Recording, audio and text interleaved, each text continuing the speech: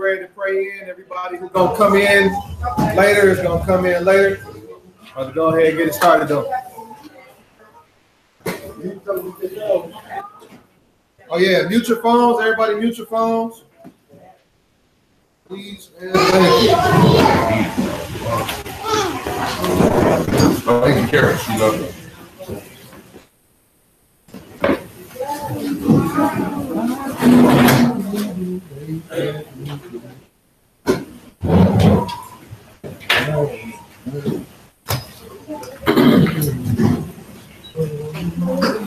So for our visitors, what we usually do in the beginning is, if you all don't know already, we read through the commandments. We read through Deuteronomy chapter 6 and verse 4, and we recite the commandments together. Right? All minds clear? Take that as a yes. Deuteronomy chapter 6 and verse 4. Hear, O Yisrael, Yahuwah our Elohim, Yahuwah is one. Shema Yisrael. Shema Yisrael. Yahuwah Eloheinu. Yahuwah Eloheinu. Yahuwah Echad. Yahuwah Echad. This is Exodus. On Shemot chapter 20 at verse 3. We will have no other mighty ones. We will have no other mighty ones. Against the Most High. Against the Most High. We will not make any carved image. We will not make any carved image. Or any likeness. Or any likeness. Of that which is in Shamayim above. That which is in Shamayim above. Or which is in the earth beneath. Or which is in the earth beneath. Or which is in the waters under the earth. Or which is in the waters under the earth. We will not bow down to them. We will not bow down to them. Nor serve them. Nor serve them. Yahuwah For Yahuwah El is a jealous El. is a jealous El. Visiting the wickedness. Visiting the wickedness. Of the fathers on the children. Of the fathers on the children. To the third and fourth generation. To the third and fourth generation. Of those that hate him. Of those that hate him. But showing kindness. But showing kindness. To thousands of those. To thousands of who those. love him. Who love him. And keep his commandments. And keep his commandments. We will not bring the name. We will not bring the name. Yahuwah El. Yahuwah in vain. In vain. For Yahuwah For Yahuwah will not leave us unpunished. will not leave us unpunished. Who brings his name in vain. Who brings his name in vain. We will remember the Shabbat day. We will remember the Shabbat To day. keep it Kodesh. To keep it Kodesh. 6 days we will labor. 6 days we will labor. Do all our work. Do all our But work. the seventh day But the seventh day is the Shabbat. is the Shabbat. Yahuwah El. Yahuwah El. For in 6 days For in 6 days Yahuwah made Shamayim Yahuwah made Shamayim and the earth and the earth and the sea and the sea and all that is in and them. all that is in them. And rested the seventh day. And the rest of the seventh day. Therefore Yahuwah barak the Shabbat day. Therefore, Yahuwah barak the Shabbat day. We will respect our father We will respect our father and our mother, and our so mothers, that our days are so long that our days are long upon the earth. upon the earth. We will not murder. We will not murder. We will not commit adultery. We will not commit adultery. We will not steal. We will not steal. We will not bear false witness We will not bear false witness against our neighbor. against our neighbor. We will not covet We will not cut anything that is our neighbor. that is our neighbors. Father, Yah, we come before you today, Father, on one accord, with an open heart, Father, and an open mind, asking, Father, that you will fill it with your Ruach, Father. Allow a fresh anointing to fall upon each and every one of us, Father. Allow your words to proceed forth and enter in the hearts and the minds of your people. Father, we pray that we will be edified by your word, that you will give utterance unto the speaker and understanding unto the hearer, so that we all may be doers of your word. We pray that you would charge us by the words of our mouths, Father, and hold us accountable, Father, to keep your commandments, Father, that you would lead us and guide us down that straight and narrow path. We give thanks for every soul that is here. We ask that those people who are in transit, you would allow them to make it here safely. And ultimately, we say thank you on this day of rest. Bashem Yehovah, Bekah Yehoshua Hamashiach, Ruach HaKodesh, so be it. So be it. Hallelujah.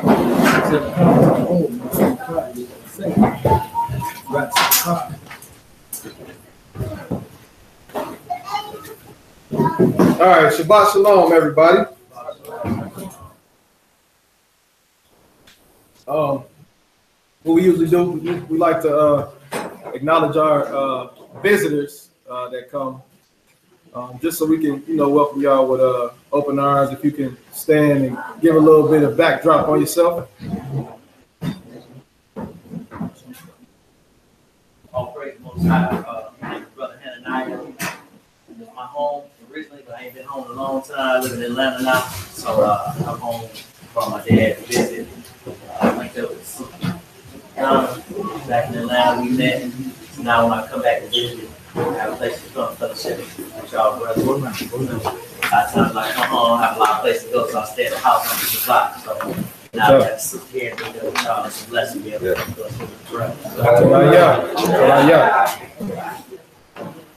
name is Levon Davis, and I'm Harvey's father. I visit with you guys down in Georgia with my son, and I like the lessons. So I just come back. I'm always eager to learn. And I know that if you don't know your past, you're doomed to repeat it. Right. Absolutely. I know that even though I don't categorize myself as any religion, but that the Most High is God, and I know that He came and He died, and I know that the white man took and flipped everything upside down. What we think we believe and what we think we know, we don't know, because He took and with King James, kind of like scattered us. Yep. So, like I say, I'm anxious for knowledge, and I'm always learning, and I'm a minister in the gospel, but like I said, I don't fall for just any religion, because I think all religions are religion, because all right. All praise to the Most High. And that's what we preach. Salvation. You know what I mean? So glad that y'all came through today. Anytime y'all come, open arms here. Feel welcome. Like my brother always say, you're amongst family when you come in. Right? Anybody else got anything before? Oh, look at that new brother back there in the back. Brother got that brown on. I think that brother, what's that brother name back there? I like you, brother. What's up, man? What's up, man? All right. Let me ask y'all a question. Starting off. What is the importance of a father-son relationship in a home? Guidance? Okay. What up? The role of a man out fearing Yah. Yeah, brought up knowing the role of a man, having fear in Yah. bring stability. Bring stability. Okay. Carrying out a legacy. Carrying out a legacy. I like that. Anything else? Teaching the son so he don't make the same mistakes. Teaching the son so he don't make the same mistakes. If there was any father-son relationship that we can look at as an example, what father-son relationship would you name? If you could look at it as an example, man, this is how I want to lead my son. This is how I want to bring up my son. This is how I want to teach my son. What father-son relationship would you name? In general, you can't answer them. You can't answer either. This brother's making up rules.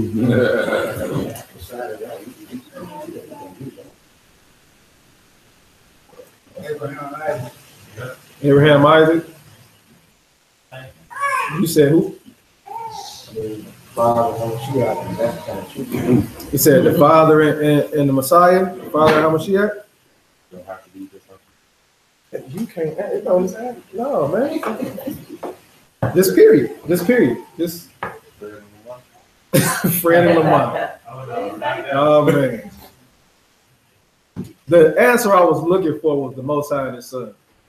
Right? Gotta say it. Right? It ain't cheating. They know your rep. They know your rep. All your questions is trick questions. They ain't trick questions. But that's the perfect example of a father and son relationship.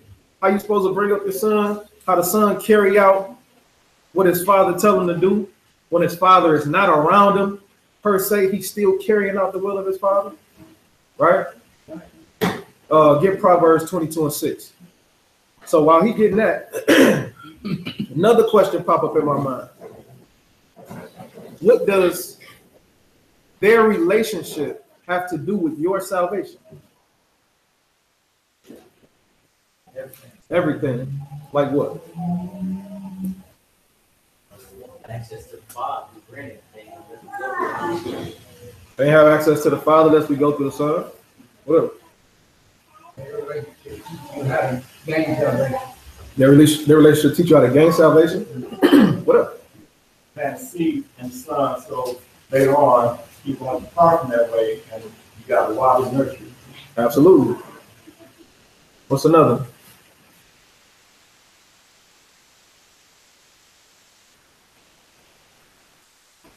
It's one that's like real specific. It's kind of along the lines of what the brother said, right? And won't depart from his ways. Indeed. Read that, Proverbs 22:6. Proverbs chapter 22, verse 6.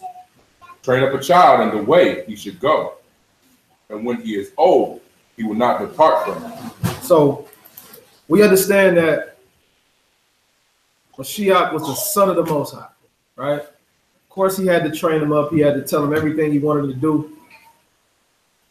So when he came to the earth, it went in sequence for certain things to happen. What happens if a son does not listen to his father? Chaos. Chaos? What up? Fall into the hands of another father. Fall into the hands of another father. I like that answer. That wasn't studying, man. What else? Falls to the hands of the system. System? Absolutely. What else? He loses his way. Bingo. The way, right? Get Proverbs chapter 3 and verse 12.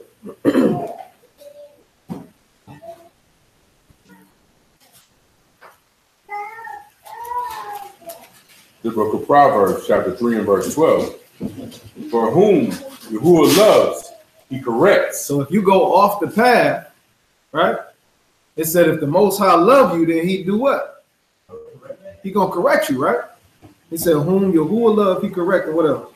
Even as a father, the son in whom he delights. Even as a father do the son whom he delights. Right? So he gonna correct you as if a father would correct his son. Simple, right? Get Proverbs chapter 11 at verse 10. I think that's what I wrote down. Proverbs chapter 11 and verse 10. That's not the one. 10 and 1, sorry. Proverbs chapter 10 at verse 1. The Proverbs of Solomon, a wise son makes a glad father. A wise son do what now? Makes a glad father. A wise son is going to always make his father glad, proud, right? Men in this room that have sons understand that, right? Go ahead. But a foolish son is the heaviness of his mother. Proverbs 19:13. Proverbs chapter 19 and verse 13. A foolish son is the calamity of his father. Whoa. Say it again. A foolish son is the calamity of his father. A foolish son is the calamity of his father. So if Mashiach had been foolish, then what would he attach to his father? Calamity. All right? We know that the Most High is Kodesh, pure, right? But if his son was foolish, then what do he attach to the father? Ruin, calamity, right? Dishonor. Now, can we look at Mashiach and say that he ever did this to his father? Can we look at ourselves and say if we have ever did this to our father?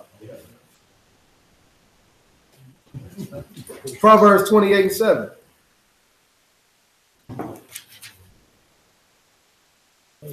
Proverbs chapter 28 and verse 7. Whoso keeps the law is a wise son. Whoso do what? Keeps the law is a wise son. So now that wise son that we was reading about in Proverbs chapter 3 and verse 12, right, says a wise son do what now? keep the law. Right? Read on. But he that is a companion of riotous men shames his father. But if you running around and you buddies with riotous men, then you shame your father. Right? So in one token, you saying you keep the law, but in the other token, you around the people that aren't. Right? So when we look at father-son relationships and we look at the Father and Mashiach, all this stuff go hand in hand with your everyday life. Right? But let's take your biological, let's take the physical father out of the equation in your life. And let's look at this relationship as a father-son with you being in the place of Mashiach and the father still being the father. Right? I remember that question I asked. I said, have any of y'all did that to your own fathers? Now, and to the what now? And to him. How much worse is it if you're doing it to him? Right? Give me Romans chapter 8. Verse 14.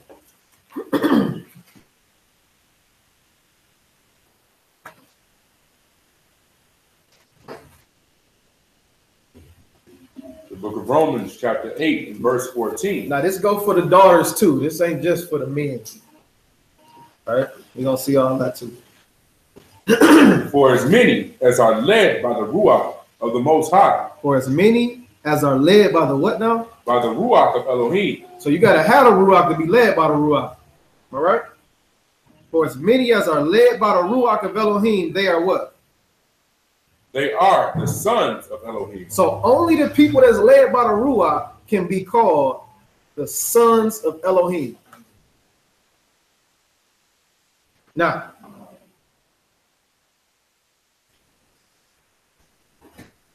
do we ever see an instance in the Bible before Mashiach was quote unquote mentioned that we have sons of the Most High?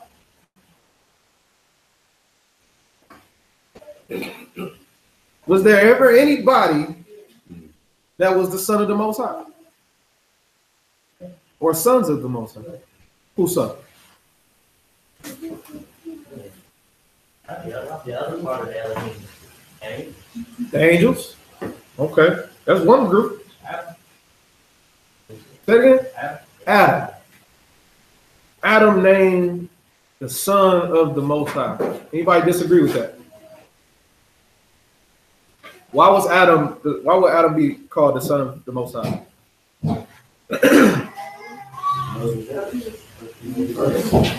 Made in his image. First one made in his image, right? That's what you were about to say? Breath of his breath, right? He actually breathed his breath into his nostrils. What is that breath that we look at? Huh? Ruach, right? He breathed Ruach into Adam specifically. Right? Because remember in Romans chapter 8 and verse 14, it says those that are what? Led by the Ruach are called the what? So when he breathed into Adam, the Ruach, he became what?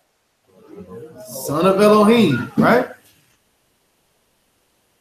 Let's go to Mark chapter 4 and verse 28.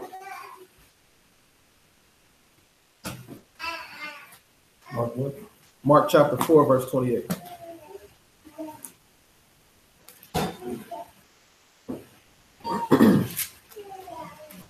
The book of Mark, chapter 4, and verse 28. For the earth brings forth fruit of herself, first the blade, then the ear, after that the full corn in the ear. But when the fruit is brought forth, immediately he puts in the sickle, because the harvest is coming. And he said, hold on, that might be Matthew.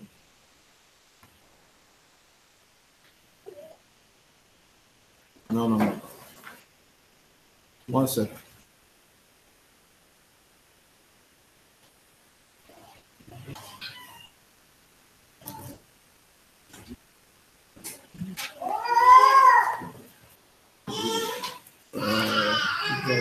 says, run down the menu. Luke 3. What did you say? Run down the menu. You're gonna say, that's Luke 3.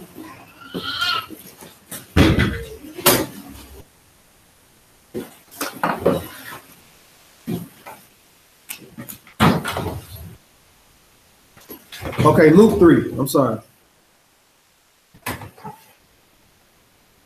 Luke chapter 3. Pick it up at verse 37. Luke chapter 3 and verse 37.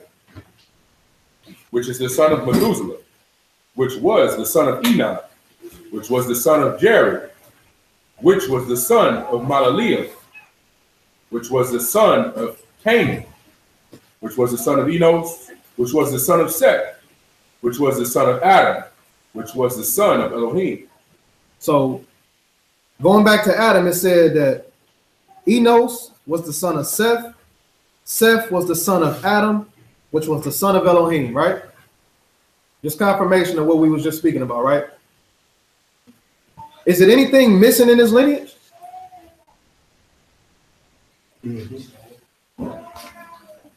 Not necessarily Mashiach.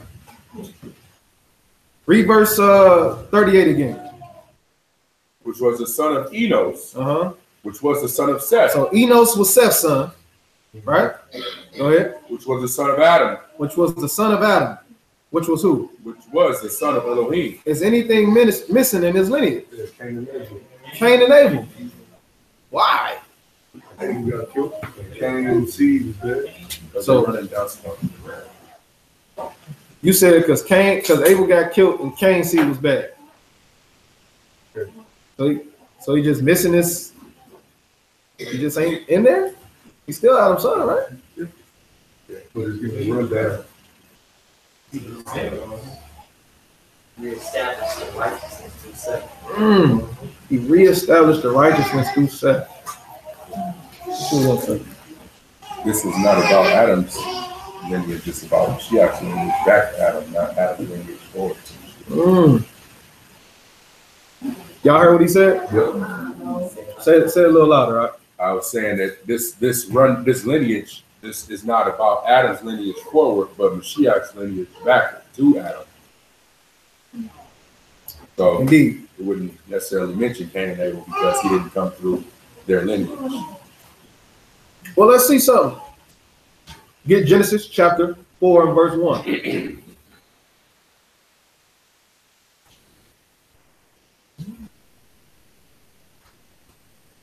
That was a great point. Bereshit, chapter 4, at verse 1. And Adam knew Eve, his wife, and she conceived and bare Cain, and said, I have gotten a man from Yahuwah. And she again bare his brother Abel, and Abel was a keeper of sheep, but Cain was a tiller of the ground. All right. Now, before we finish that, we understand that this is the beginning, right? We got Adam and Eve done had Cain, they done had Abel, right? Jump over to Genesis chapter 5, verse 1. Bereshit 5 and 1. This is the book of the generations of Adam. In the day that Elohim created man, in the likeness of Elohim made he him. Male and female, he created he them, and blessed them, and called their name Adam. And in the day when they were created, and Adam lived 130 years, and begot a son in his own likeness, and after his image, and he called his name Seth. And the days of Adam after he had begotten Seth were 800 years, and he begot sons and daughters. And all the days that Adam lived were 930 years, and he died. And Seth lived 105 years, and begot Enos. Hold on. What's missing? Cain and Abel? Why you say that? Because this is Moses' right. So the lineage lead back to Seth. Not Cain. Yeah. We wouldn't. Yeah, well, I'm saying, Hold on, what's the loaded question you really trying to get? I'm just asking, why is it missing? you know, He was Why is mentioned. what missing? Why is Cain and Abel missing I just don't think it's out of relevant. the lineage? I don't think it's relevant to what's being said here. Well, let's go back to Genesis chapter 4 and we'll get it together. Came to bad, so Cain the bad son? I'll rock with you going on back that. to your topic. I'll rock with you on that. Genesis chapter 4. Pick it up at verse 1 again. And sheep 4:1. And Adam knew Eve his wife, and she conceived and bare Cain, and said, I have gotten a man from Yahuwah. And she again bare his brother Abel, and Abel was a keeper of sheep, but Cain was a tiller of the ground. And in process of time, it came to pass that Cain brought of the fruit of the ground an offering unto Yahuwah. And Abel, he also brought of the firstlings of his flock, and the fat thereof.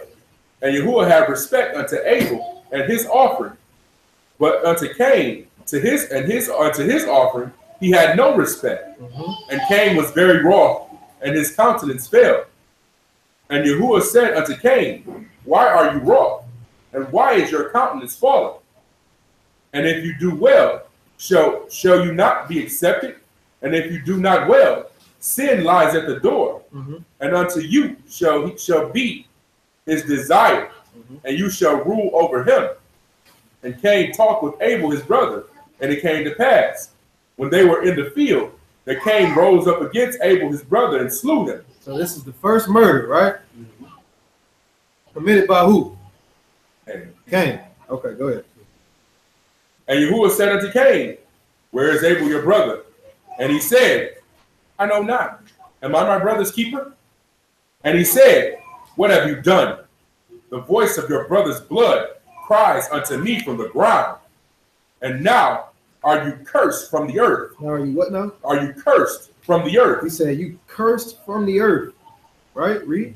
Which has opened her mouth to receive your brother's blood from your hand. When you till the ground, it shall not henceforth yield unto you her strength. A fugitive and a vagabond shall you be in the earth. What Cain said? And Cain said unto Yahuwah, my punishment is greater than I can bear.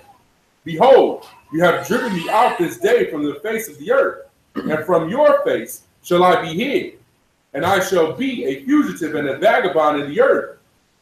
And it shall come to pass that everyone that finds me shall slay me. And Yahuwah said unto him, therefore, whosoever slay Cain, vengeance shall be taken on him sevenfold. And Yahuwah set a mark upon Cain, lest any finding him should kill him. And Cain went out from the presence of Yahuwah and dwelt in the land of Nod, on the east of Eden. And Cain knew his wife. So he not living in the same spot where his family was at, right? He ain't living in the same spot where his moms and pops was at, where they all was at, right? He done moved away. Right? Go ahead. And Cain knew his wife. Verse 17. And Cain knew his wife, and she conceived and bare Enoch. And he builded a city, and called the name of the city after the name of his son Enoch. So now Cain done had a son. Name of his son is Enoch. What do Enoch mean right here? Dedicated. It means dedicated, right? Ain't nothing wrong with that. Just like the Enoch that was mentioned over in Genesis 5. Righteous. So it's two Enochs, right? Have anybody ever really paid attention to this bottom half of Genesis chapter 4? Other than my. Let's keep reading. And Enoch was born in Arad, and unto Enoch was born Arad, and Arad begat Mehujael, and Mehujael begat Methusael, and Methusael begat Lamech. Now, this is starting to talk about a what? A lineage, right? Now, we see in Genesis chapter 5, after Adam, it didn't mention Cain. It didn't mention Abel, right? But right here in Genesis chapter 4, it's mentioning a lineage. But who is this lineage of? Cain, right? So it says that Enoch bore Arad, right? What does Arad mean? It means fleet. Or what does it say in the Strong? From the same as 6166 fugitive. So his son's name means fugitive, right? Sound good or bad? Don't sound too good, right? And his son's name was what? Mahuyel. Is that his name? Mahuyel. What is his son's name mean? Smitten by the Elohim. Smitten of the Most High. Dang. Right? Not really. So you get to, What do Methusael mean? Methusael. It's who is of Elohim. That's a statement. Who is of Elohim? Right? What's the next one? That is powerful. So that means powerful, right? So we kind of get a change up a little bit, right? It ain't so much negativity, right? Read verse 19. Verse 19. And Lamech took unto him 2 wives, and the name of the one was Adah, and the name of the other was Zillah. And Adah bare Jabal, and he was the father of such that dwell in tents. So Jabal was the father of such that dwelt in tents, right? This is a stamp in history as far as Cain's lineage is concerned. Keep going. He was the father of all such. Oh, I'm sorry. And his brother name was Jubal. Verse 20. And Adah bare Jabal, and he was the father of such as dwell in tents, and of such as have cattle. And his brother's name was Jubal. He was the father of all such as handle the harp and organ. And Zillah, she also bare Tubal-Cain, an instructor of every artificer in brass and iron. And his sister of Tubal-Cain was Naamah. And Lamech said unto his wives. We got all of these kids that was like mentioned by name, that they did this, they did that, right? You got the last son that was mentioned as being basically the father of those that work the metals, right? Make weapons of war, different type of things, right? When it says artificer, right? Then you got Nehemiah, right? What does Nehemiah mean? He means loveliness. Loveliness, right? Pleasantness. Not too bad, right? Say it again. What would make you say something like that? Exactly. The point that we're making with Cain's lineage is good stuff didn't come from this lineage, right? But let's keep on reading. Go ahead. Verse 23. Verse 23. And Lamech said unto his wives, Adah and Zillah, hear my voice, you wives of Lamech. Hearken unto my speech, for I have slain a man to my wounding, and a young man to my hurt. Man, I know some people may know the backdrop on this story. They may know. We ain't gonna get too deep into it. If you want to go and research these sons' names, Tubal-Cain, Jubal up, go into it. If you want to research Nehemiah, go into it. But because it's not written in here, I won't mention it. If you want to do some research on your own, check the backstory on these people, right? But we see right here Lamech telling his wives that he done did what? For I have slain a man to my wounding, and a young man to my hurt. So he done killed 2 people. That's the second and third murder that done happened in the scriptures. Coming from whose lineage? Cain. Right? Keep reading. If Cain shall be avenged 7-fold, truly Lamech 70 and 7-fold. Now, why would he say that? He said he thought he was better. Thought he was better, man. Or he killed more people. Generation get a little worse. I'll leave that for y'all to go and research on your own. Right? Keep reading. And Adam knew his wife again, and she bare a son and called his name Seth.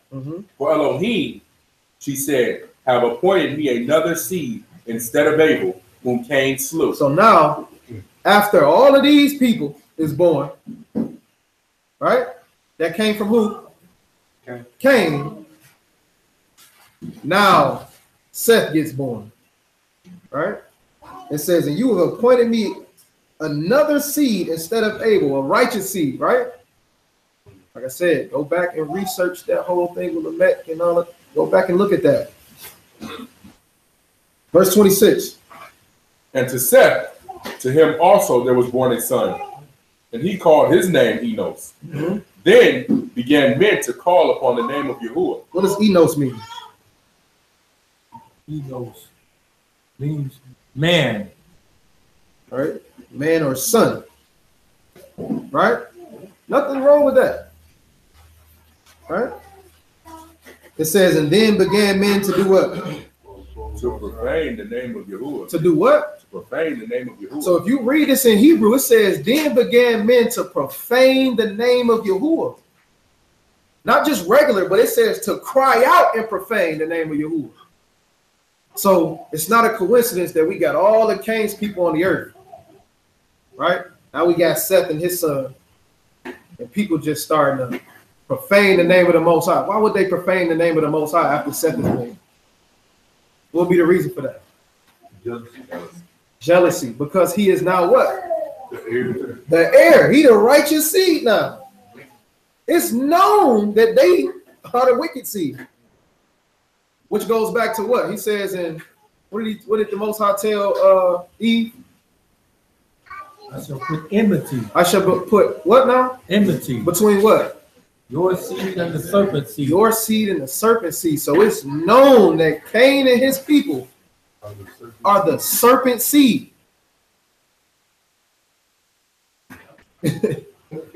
Right? So now we got Cain's seed here.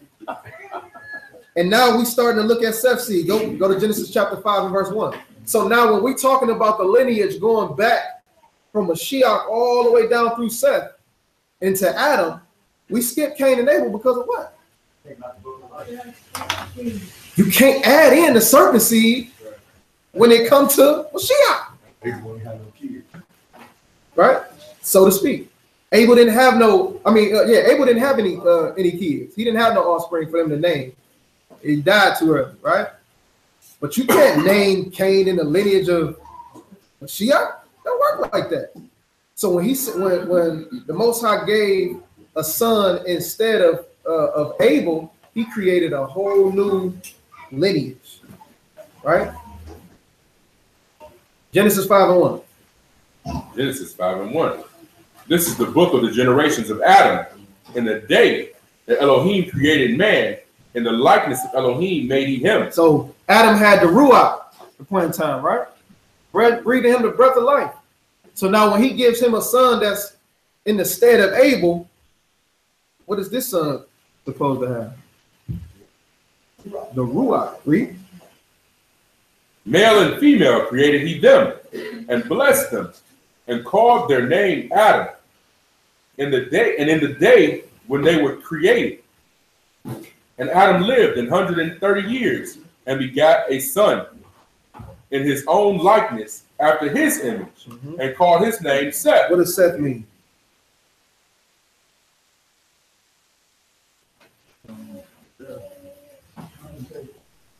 Compensation, substitute, right? We know it's for righteousness, right? Okay. He reads. And the days of Adam after he had begotten Seth were 800 years, and he begat sons and daughters.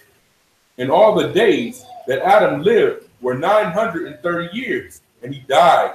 And Seth lived 105 years, and begat Enos. And Seth lived after he begat Enos 807 years, and he begat sons and daughters. So he done had sons and daughters at this point, right? Throughout his life. Sons and daughters. Go ahead. And all the days of Seth were 912 years, and he died. And Enos lived 90 years and begat Canaan. And Enos lived after he begat Canaan 815 years. 815 years, and then what happened?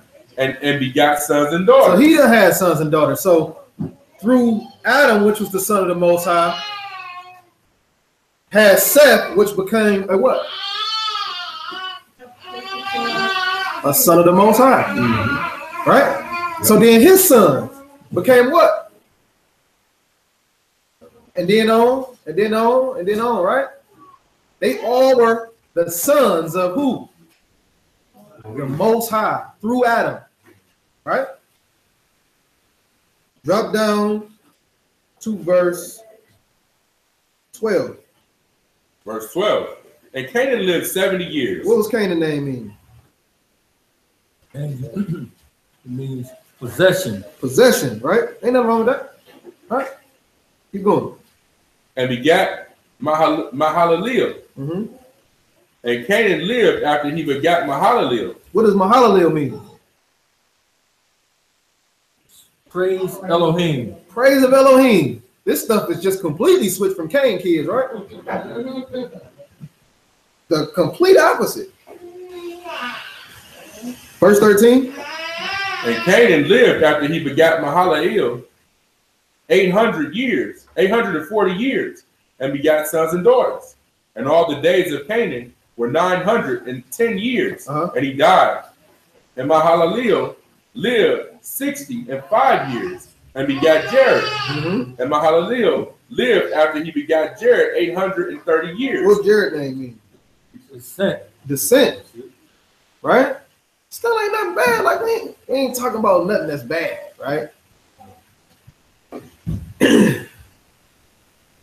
Drop down to verse 18.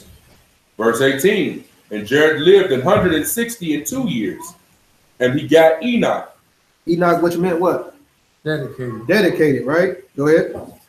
And Jared lived after he begat Enoch 800 years, and begat sons and daughters. And all the days of Jared were 960 years, 960 and 2 years, and he died. And Enoch lived 65 years, and he begat Methuselah. So he was a young buck compared to everybody else when he had a kid. You imagine somebody telling you you're a young fella at 65, 800 years old, like, man, young boy around there having babies, man, what's wrong with you? Right? Go ahead. And he begat Methuselah. And Enoch walked with Elohim after he begat Methuselah 300 years. What everybody know about Methuselah? Longest one, right? He's the oldest one, right? What does Methuselah name mean? Man of the dark and here. Man of the dark. Of the dart, right? Yeah, dart, not dark. Not dark. Right? It's what? Oh, Salah.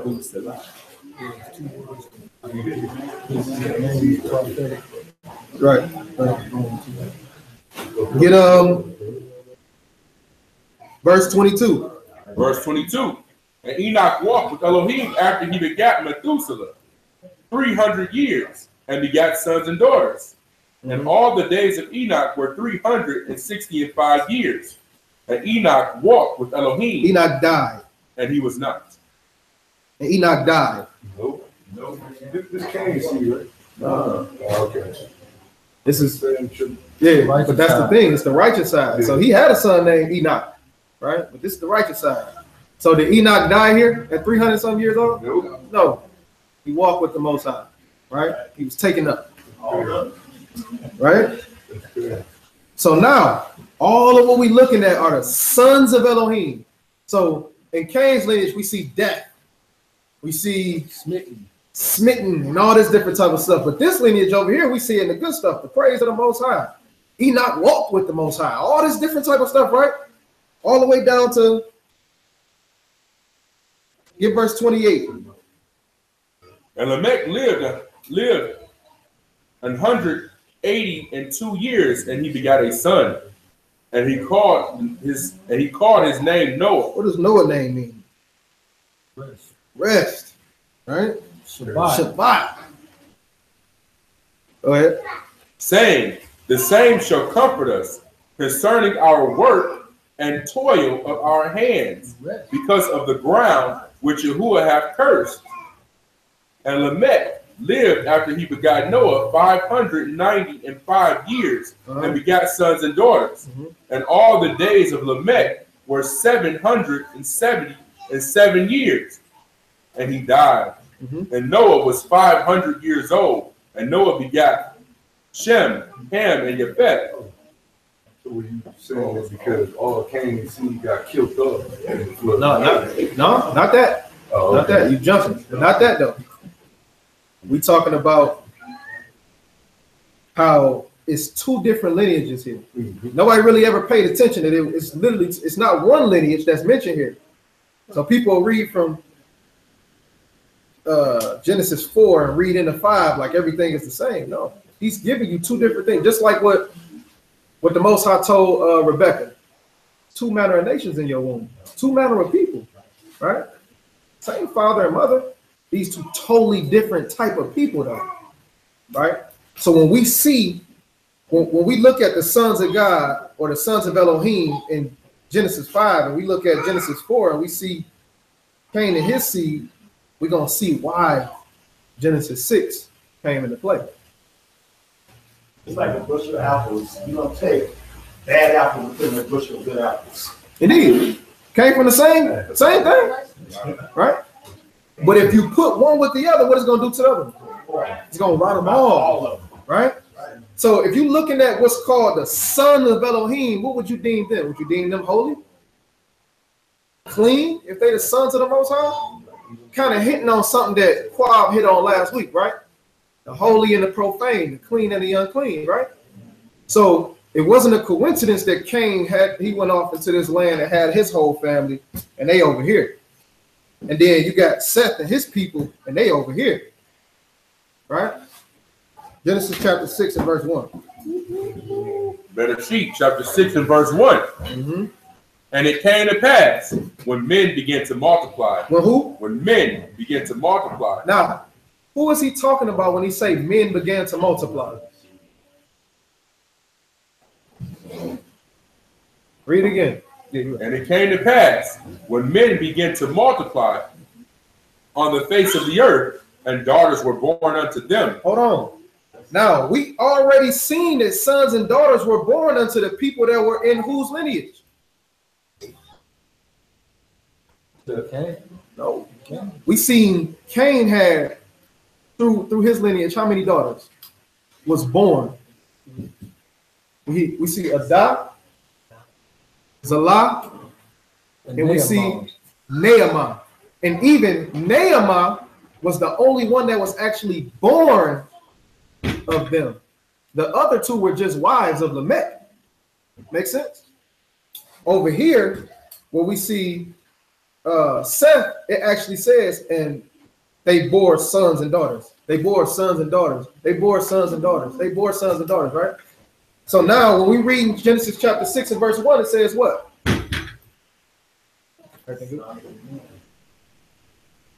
We see Genesis 6 and 1, it says what? Then began men to multiply on the face of the earth, and daughters were born unto them. So whose lineage is this in verse 1? Cain's. Right? Cain's lineage is mentioned in verse 1.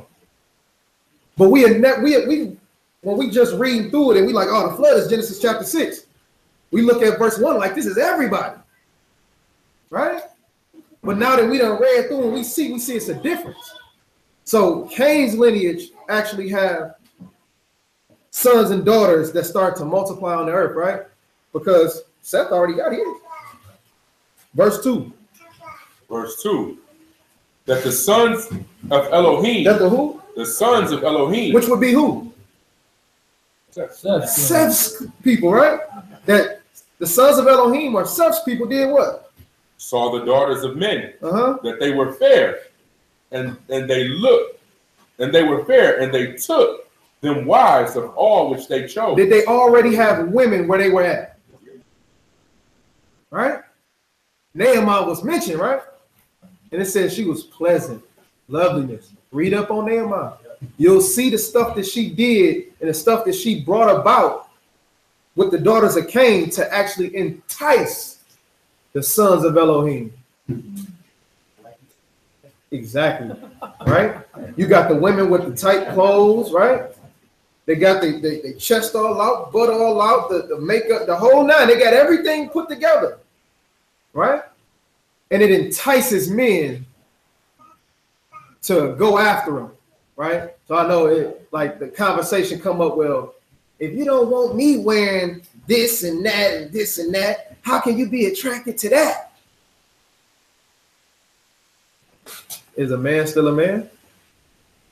Absolutely. Is a man attracted to women? Absolutely. So I flipped the question on the sister that asked that. And I said, well, if you see one of, who they are, Boris Kojo, Morris Chestnut, right? Walking around here with his shirt all off and oiled all up, right? Married or not, what you used to say, oh, look at that man. Right or wrong? Keep it funky, right? But would you want your husband walking around outside amongst all of the women like that so they can gawk at him? Absolutely not. So we ain't gonna ask that question in here no more, right? Where you going?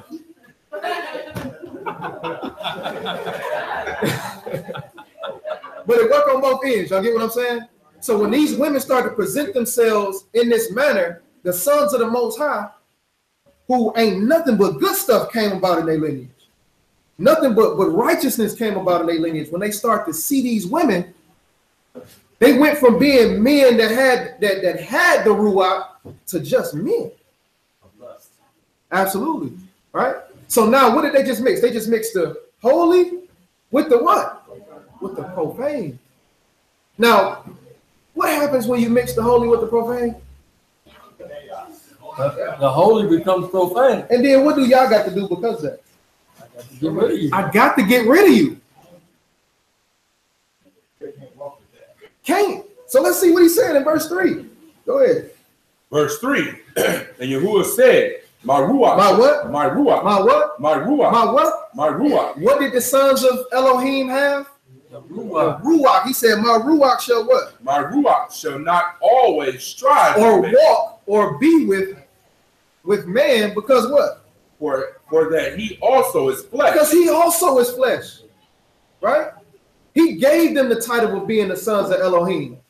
But now that they looking at these women, guess what's taking over? They flesh. He like, man, my Ruach ain't gonna always strive with these men. Because at the end of the day, they just what? Flesh. They just flesh. Right? Read on. For that he also is flesh, yet his days shall be 120 years. That's the end of that sentence, right? So when people read in Genesis chapter 6, they say, oh, look, the sons of the Most High, which is the angels, came down and they slept with the daughters of men. And they had giants, right? Let's read this like it says. Read verse 3 and then read verse 4. Let's read this like it's actually written. Read verse 3. And Yahuwah said, my Ruach shall not always strive with man, for that he also is flesh, yet his days shall be 120 years. Pause. Start the next sentence. There were giants in the earth in those days. Hold on. There was giants in the earth in those days. Complete switch. Is this talking about the same thing? No. He just gave you something that was going on at the time.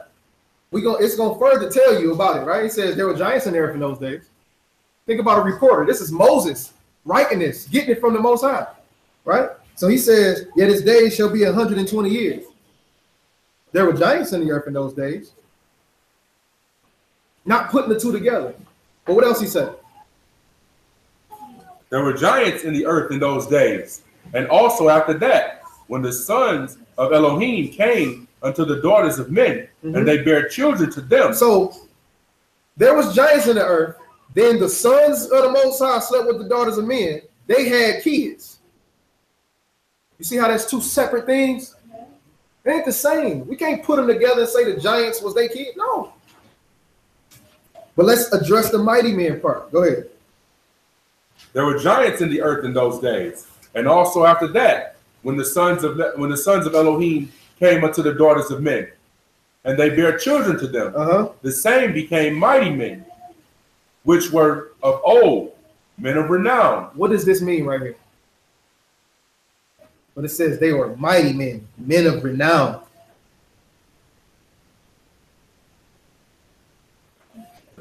They had reputation because of what? So you got the sons of the Most High who came down and slept with common women, right? So they blurred the lines between the holy and the profane. But now their sons are supposed to be what? Sons of the Most High, right? So now they become this mighty man, men of renown, coming from a common woman, right? Make sense? Not that they all giants. But verse 5, let's see something. And Elohim saw the wickedness of man was great in the earth, and that every imagination of the thoughts of his heart was only evil continually. So now you got these people that was in Genesis 4, they was calling out, they was profaning the Most High, right? Now the sons of the Most High, who he put on this pedestal, who he started over with, then came down here and mixed themselves up. So now what they doing? The same thing, right? The people that I called holy, the people that I set apart, now they down here doing the same thing these people doing. Profaning me, being wicked. But what happens when you mix the holy and the profane? What do we got to do? I got to destroy you. Read on. And it repented Yahuwah that he had made man on the earth, and it grieved him at his heart. It repented Yahuwah that he made who on earth? Man on the earth. And it grieved him at his heart. So he's not even looking at them as the sons of the Most High no more. He put them all in one category now. Because they mixed. Read. And Yahuwah said, I will destroy man whom I have created from the face of the earth, both man and beast, and the creeping thing, and the fowls of the air, and for it repenteth me that I have made them. But Noah found grace in the eyes of Yahuwah. These are the generations of Noah. Noah was a just man and perfect in his generations, and Noah walked with Elohim. And Noah begat 3 sons. All right, that's good. So now the only person we got in here is Noah. Out of all of these people that was mentioned in Genesis chapter 5. So when we're looking at Cain lineage, and we see all of this bad stuff, all of this stuff that's going on with his lineage, get Job chapter 27 and verse 13. Job chapter 27, verse 13.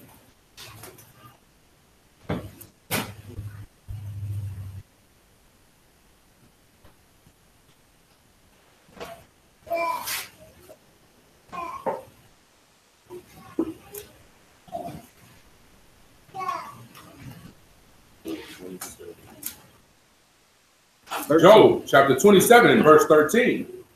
This is the portion of a wicked man. Would you think that Cain was a wicked man? Go ahead. This is the portion of a wicked man with Elohim, and the heritage of oppressors, which they shall receive of the Almighty. If his children be multiplied. Then began men to multiply on the face of the earth, right? With sons and daughters. It says if his children be what now? If his children be multiplied. What happens? It is for the sword. It is for what? It is for the sword. And his offspring shall not be satisfied with bread. If they be multiplied, it's for them to die. That's all it's there for. So if in them was destined death, and the sons of Elohim done mix themselves up with them, what they got to reap? Death. Read on. Those that remain of him shall be buried in death. What? Those that remain of him shall be buried in death. Those that remained of Cain got to be what? Buried in death. Read on. And his widows shall not weep, though he heap up silver and as the dust, and prepare raiment as the clay. He may prepare it, but the just shall put it on. He shall prepare, but the what? But the just shall put it on, and the innocent shall divide the silver. He builds his house as a moth. You good there. So now we see Cain's lineage is destined to be gone, right? But now we're looking at Seth's lineage, and they were supposed to be righteous. And what they end up doing, they went to mix with the daughters of men, right? Get Proverbs chapter 2 and verse 5.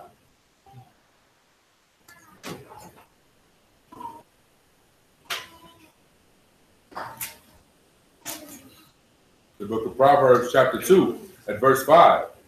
Then shall you understand the fear of Yahuwah and find the knowledge of Elohim. For Yahuwah gives wisdom, out of his mouth comes knowledge and understanding.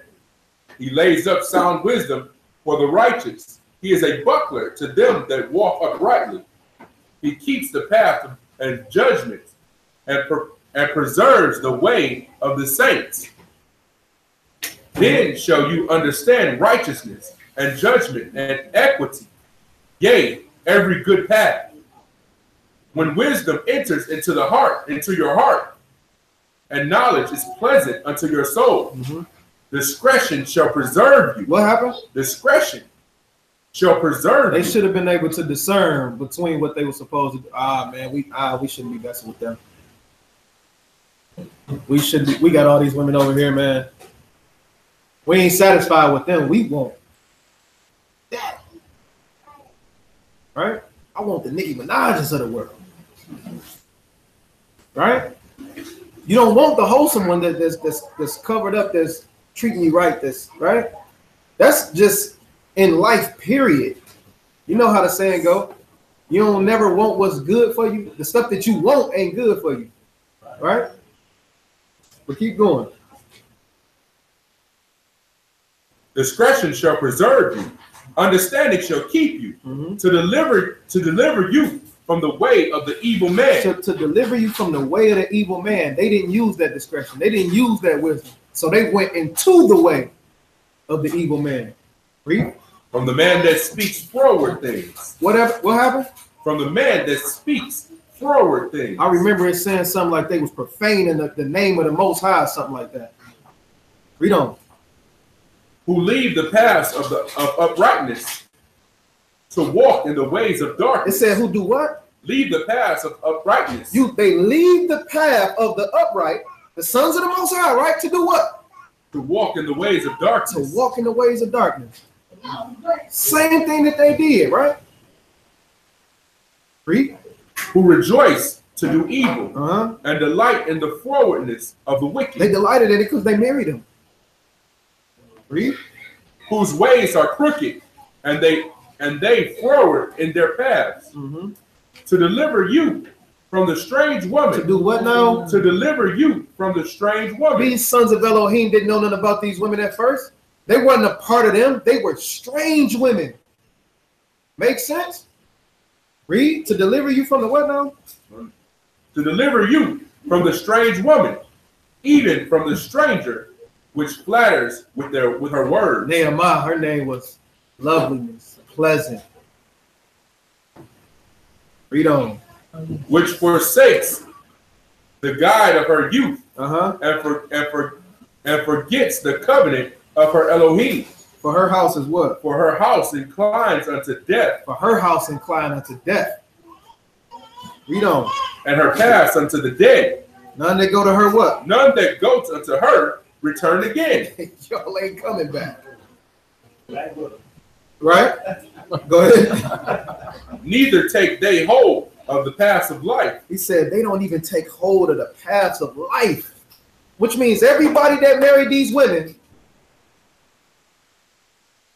it was done. It was done, right? So now what happened in turn? When they slept with them and then the wickedness got up there and up there and up there and up, what the Most High had to do? I gotta kill all y'all. I can't just. Who was the only righteous man in this situation? Was his sons? Did he say his sons was righteous? It said he was. So they got in off of a buddy pass. Everybody had a chance, though. They just didn't believe. He was training them up.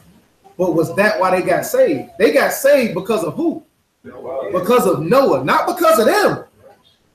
Because if they were righteous, it would indeed say Noah and his sons. Right? It only mentioned Noah. So, if Noah was the only righteous one in this point in time, he was the only one left that would be named the what? Son of the Most High, right? We know his sons couldn't have been. What did Ham do? Right? Yefeth went off, we know that. But then everybody say, well, Shem, that's the one, that's the one. Yeah, through Shem came other people like Abraham. But what came from Abraham? Ishmael. Esau. All the rest of them. So we can't name them the sons of the Most High. So after Noah's death, how many sons of the Most High were in the earth? Yeah. After Noah died, who was there? Nobody. Only person that could claim to be the son of the Most High, other than the quote-unquote Malachim, was Mashiach. Right? Go back to Genesis chapter 6 and verse 3.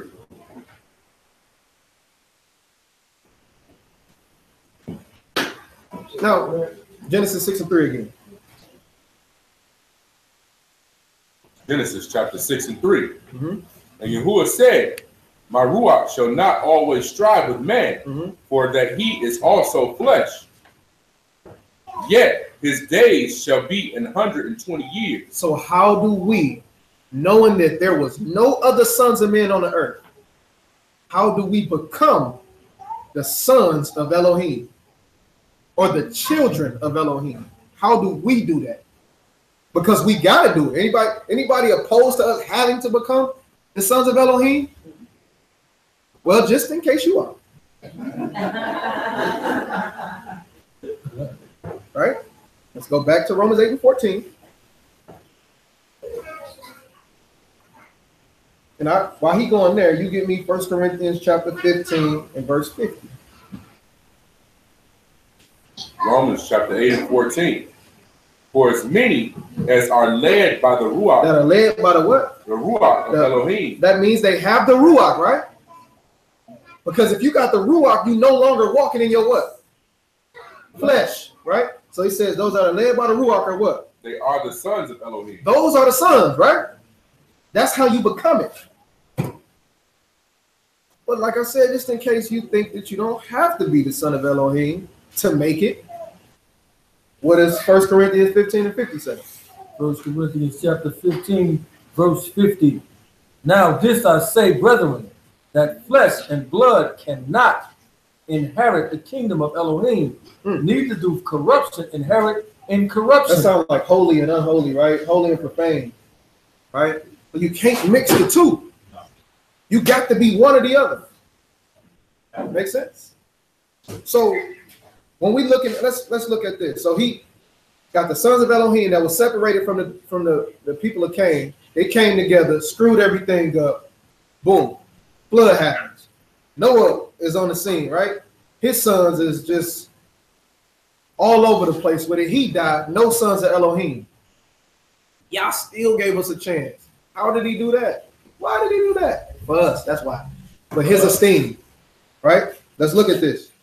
Get Exodus, the 4th chapter and the 23rd verse.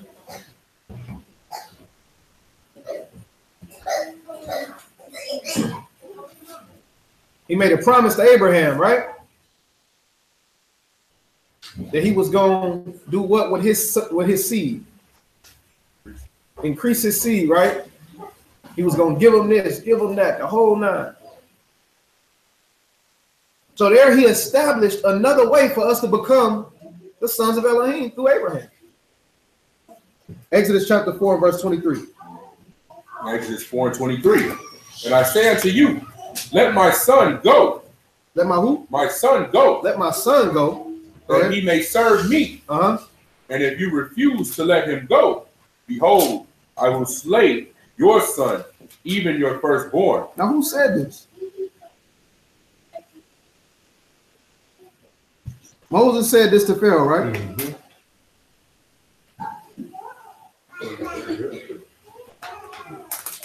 Calling Israel his what? His son, right? So now once he got Israel being his son, he says, even his firstborn son, right? Going right back. He says, whom he loved, he do what? He corrects as a father do his son, right? So he took Israel from in this broken down, busted up state they was in, got him up out of Egypt, and gave him the law to do what to him? Correct him. Right? Leviticus chapter 20, verse 26. So now that I get y'all out of here, I deem y'all as being a holy people, right? That's what he said. That's one of our famous joints, right? You are a holy people unto the Most High Elohim. Right? Leviticus 20 and 26. Leviticus chapter 20 and verse 26. So just like the other sons of Elohim, what did he tell us to do? And you shall be set apart. You shall be what? Me. You shall be set apart unto me. You shall be set apart unto me, or holy unto me, right? Read. For I, Yahuwah, am set apart. Uh-huh. And have served you. What that said? And have severed you. I've severed you. I cut you off from what? From other people. From other people. Y'all mine. Boom. One. Y'all are my firstborn. Y'all my son. Stay over here. Right? In the wilderness, they by themselves. Don't listen. Don't do what they did. Right? We just couldn't help ourselves, man. To do something over and over again, expecting a different result. Right? They couldn't help themselves. Numbers chapter 25 and verse 1.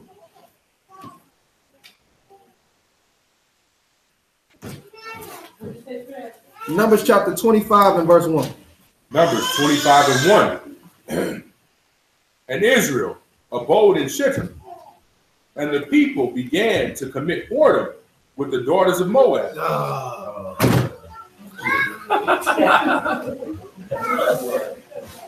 What make it worse is he told you that they wasn't supposed to come into the congregation at all. So now, not only are they in there, it says they started committing whoredom, but the daughters of Moab. Same thing that our people did when we were named the sons of Elohim, right? Keep going. Let's see what happens. And they called the people unto the sacrifice of their God. Of their what? Of their God. Oh. Okay. And the people did eat and bowed down to their God. He done brought us out of Egypt. He done gave us the commandments. He done did all this stuff, and they done bowed down to their gods, right? They couldn't help it. It was just so appealing. Right? Go ahead. And Israel joined himself. He did what? And Israel joined himself. He didn't stay severed. He joined himself unto what? Unto Baal Peor. Uh-huh. And the anger of Yahuwah was kindled against Israel. It was started against it. Go ahead. And Yahuwah said unto Moses, take all the heads of the people. He said what? Take all the heads of the people. He didn't say, go and talk to them, tell them to lead their wives, to lead the people. He said, take their heads. Because what did they mix? The holy and the profane. Right? Go ahead. And Yahuwah said unto Moshe, take all the heads of the people and hang them up before Yahuwah against the sun, that the fierce anger of Yahuwah may be turned away from Israel. And Moses said unto the judges of Israel, slay you everyone his men that were joined with Baal Peor. Keep a couple of them. Everyone. Kill everybody that mixed in. You see the importance of staying separate, right? We're going to get into some, though. Keep going. And behold, one of the children of Israel came and brought unto his brethren a Midianitish woman. He brought to his brother what now? A Midianitish woman. So a brother in Israel came and brought a Midianitish woman. Go ahead. In the sight of Moses, Uh-huh. and in the sight of all the congregation of the children of Israel, who were weeping before the door of the tabernacle of the congregation. Uh-huh. And when Phinehas, the son of Eleazar, the son of Aharon, the priest, saw it, he rose up from among the congregation and took a javelin in his hand, and he went after the man of Israel into the tent, and he thrust both of them through, the man of Israel and the woman through her belly. So the plague was stayed from the children of Israel. You got a nerve to bring her in here? Inside of the are you? Oh, man just grabbed his sword and went in there and off them both. Give me that javelin. That's something for this, bro. Right. I guess so, but it's No, I know he's not walking in here with Mary Jane. Bro, give me the heat, bro. Right? Went through and killed them both. Right? Let's see what y'all had to say about that. Say about Cardi B in there, huh? Verse what verse are we at? Verse 9. Verse 9. And those that died in the plague were 24,000. And Yahuwah spake unto Moshe, saying, Phinehas, the son of Eleazar, the son of Aharon, the Kohen, have turned my wrath away from the children of Israel, while he was zealous for my sake among them, that I consume not the children of Israel in my jealousy. In my what now? In my jealousy. In my jealousy. Why? Because I'll set you apart. Don't go in here and messing with these other people, because these other people is going to start to make you do what? Stray away. Worship other gods. And you cheated on me with Baal Peor. Exactly. You my wife. Exactly. Right? So, just like that, we got Solomon did the same thing. Right? Went through, married all of these women. But his punishment, the Most High told him specifically, if you do this, I'm going to throw the children of Israel into captivity. Here we are. Right? So the mixing, it's no joke. Right? So now when we're talking about becoming the sons of the Most High, let's look at something. Let's go to Matthew chapter 1.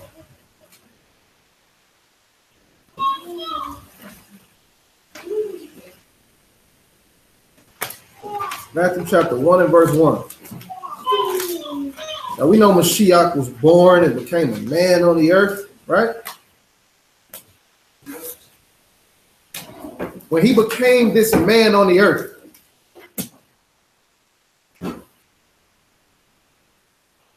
was he the son of Elohim? When he was born, when he got here, was he the son of Elohim? Did anybody know him as being the son of Elohim when he got here? His mama knew her. Joseph knew. Right? Oh, the 3 men. And he knew. Yeah, he knew. Right? Crazy king, man. Matthew chapter 1 and verse 1. Matthew chapter 1 and verse 1. The book of the generations of Yeshua HaMashiach, the son of David, the son of Abraham. Right? So now we get this lineage that we give it in, right? Let's jump over to Matthew, the 2nd chapter, verse 1. Matthew chapter 2 and verse 1. Now when Yeshua was born in Bethlehem of Judea in the days of Herod the king, behold, there came wise men from the east to Jerusalem, saying, where is he that is born King of the Jews. And said, For we have seen his star in the east, and are come to worship him. Well, what did he call him? Call him King of the Yahudim. Did he call him the Son of the Most High? Not quite, right? Go ahead. When Herod the king had heard these things, he was troubled, and all Jerusalem with him.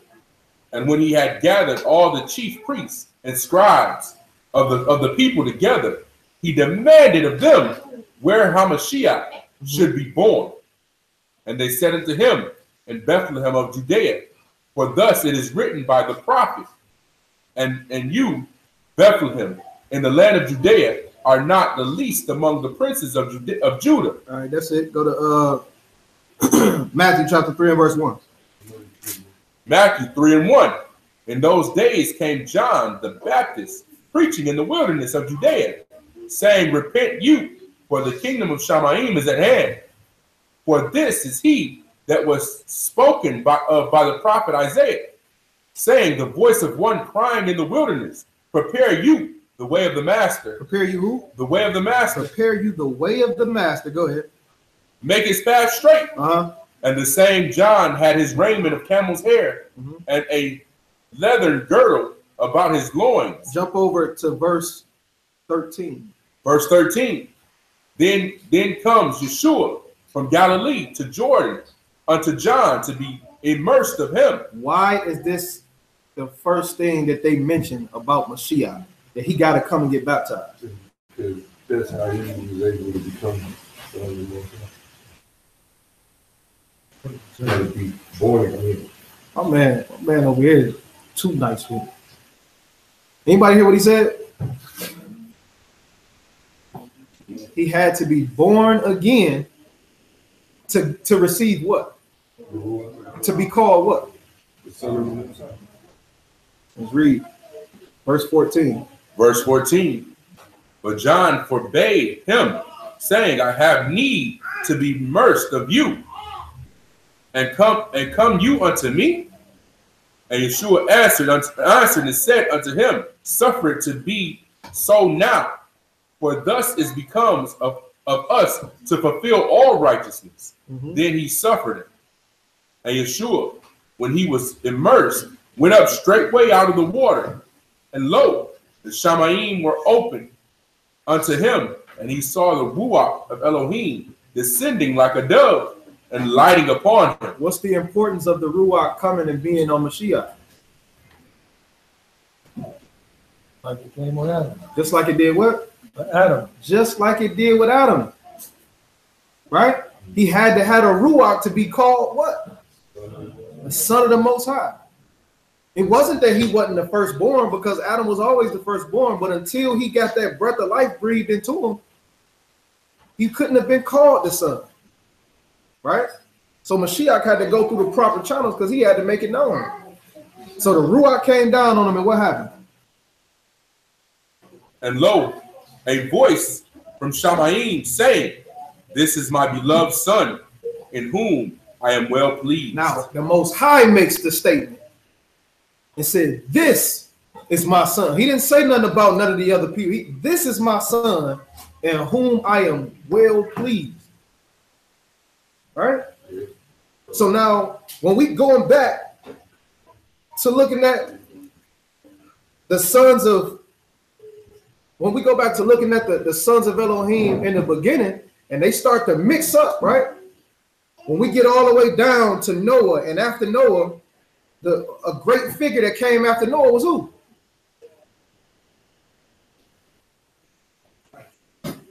He came later, but who came before that? After Noah, you got who? Shem. Who came after him? Abraham, right? Yep. It said Abraham did what with the Most High? Walk with him, kept his commandments, right? But he called him a what? Friend. He called him a friend. He didn't call him a son. Right? Never said he was his son. Speaking of David, right? He said he got a heart after mine, but he never called him his son. He had to make way for us to be able to be called the sons of Elohim at a point in time.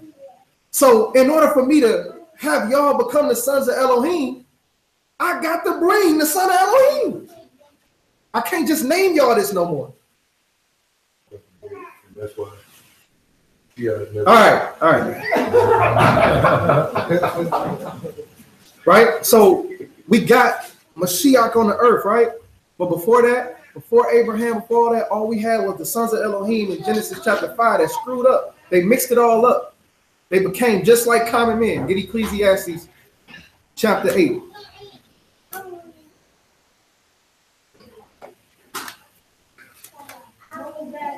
Ecclesiastes 8.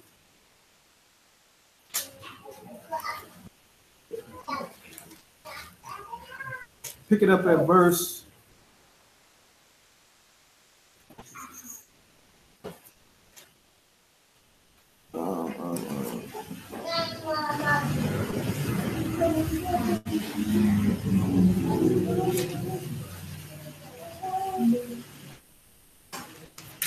Actually, I'm sorry, 3 and 18. Ecclesiastes Start chapter, at verse 17. chapter 3 and verse 17. I said in my heart, Elohim shall judge the righteous and the wicked.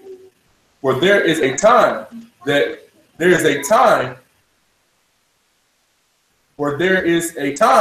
there for every purpose and every word. So even though they went and did a horrible thing,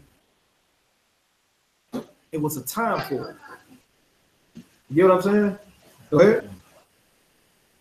Verse 19. For that which befalls. Verse 18. Verse 18. I said in my heart concerning the estate of the sons of men. Of the sons of Elohim. Of the sons of men. Of the sons of men now. That Elohim might manifest them, and that they might see that they themselves are beasts. They got to see that they wicked. They got to see the error of their ways. Right? Read. For that which befalls the sons of men befalls beasts. Mm-hmm. Even one thing befalls them. As the one dies, so dies the other. Yea, they have all one breath. So now, where you had the people that had the Ruach, now they all got what? One breath. Y'all ain't got my Ruach. Y'all all got the same, y'all breathing the same air. It ain't Ruach no more. It's just breath. Like what B brought out, right? The difference between having Ruach and giving and yielding up the Ruach as opposed to just dying and giving and taking your last breaths, right? We all got one breath. It's just one. It's regular. It's not the Ruach. It's just regular, right? Read. All go unto one place, and all are of the dust, Mm-hmm. and all turn to dust again. Go ahead. Who knows the Ruach of men that goes upward, and the Ruach of the beast that goes downward to the earth? Uh-huh. Wherefore I perceive that there is nothing better than that a man should rejoice in his own works, for that is his portion. For who shall bring him to see what shall be after him? Mm-hmm. So he says, who gonna bring you to see what's gonna happen, or who's going to bring you to see what your end is, right? So now, if we got all of these people in the earth that's looked at as one people, ain't no separation, right? Well, you got the children of Israel, but we done mixed in, we done did all type of messed up stuff, right? He brought forth the son of Elohim to be able to make us the what? Sons of Elohim. Get 1 John chapter 3.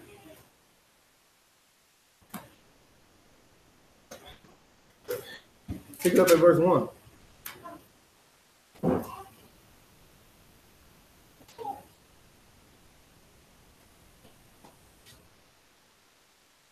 First John chapter 3 and verse 1.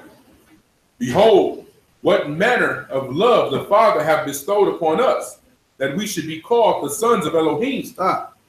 He said, what manner of love have the Father bestowed on us? He didn't have to make a way for us to be called that. We could have died. He could have said, man, it's a wrap. I don't got nothing to do with y'all. right? But he made a way for us to be called the sons of Elohim. Read. Therefore, the world knows us not, because it knew him not.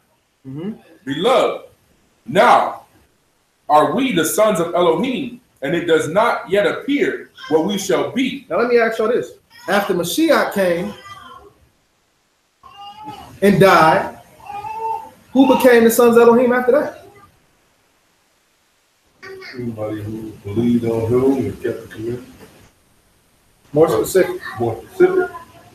The apostles. Yeah. Right? Because what did he give them when he left? The Ruach. So now he told them, go and preach this gospel to every creature on the earth. Now that they become the sons of Elohim, we can give it to you. Right? 1 John chapter 2 and verse 12. 1 John 2 and 12. I write unto you, little children, because your sins are forgiven. You are his name's sake. I write unto you, fathers, because you have known him that is from the beginning. I write unto you, young men, because you have overcome the wicked one. I write unto you, little children, because you have known the Father. I have written unto you, fathers, because you have known him that is from the beginning. I have written unto you, young men, because you are strong, and the word of Elohim abides in you, and you have overcome the wicked one. Love not the world. Do what? Love not the world. Yeah. Neither the things that are in the world. If any man love the world, the love of the Father is not in him. For all that is in the world, the lust of the flesh, and the lust of the eyes, and the pride of life, is not of the Father, but is of the world. Same thing that overtook these men in Genesis chapter 6. Right? Lust of the flesh, lust of the eyes, right? Go ahead. And verse 17, and the world passes away, and the lust thereof, but he that does the will of Elohim abides forever. For how long? Forever. Go ahead. Little children, it is the last time, and as you have heard that the Antichrist shall come, even now are there many Antichrists, whereby we know that it is the last time. They went out from us, but they were not of us. Now, what does this mean? It says they went out with us, but it said they went out from us, but they were not of us. And when the sons of Y'all remember when Mashiach had all of these disciples around and then they left, right? They went out from us, but they ain't of us, right? So let's look at what he said after this. He's talking about when they was walking with Mashiach, right? Read. Verse 19, they went out from us, but they were not of us. For if they had been of us, they would no doubt have continued with us. But they left, right? And what he asked Peter, y'all gonna lead too? So man, you got the words to eternal life. You don't go, right? Read. But they went out that they might be made manifest that they were not all of us. But you have an unction from the set apart one, and you know all things. I have not written unto you because you know not the truth. I ain't telling y'all this because y'all don't know what's up. Every time you come here, every Shabbat you come here, you know what's required of you. It's no secret. Go ahead. I have not written because you know not the truth, but because you know it, and that no lie is of the truth. Who is a liar but he that denies that Yeshua is Hamashiach? So if a person deny that he Mashiach, he's denying that he's the son of Elohim, right? Which automatically cuts them out from being a what? This means that they won't make it. It's saying that he's not the son of Elohim the only way you can deny him being the son of Elohim.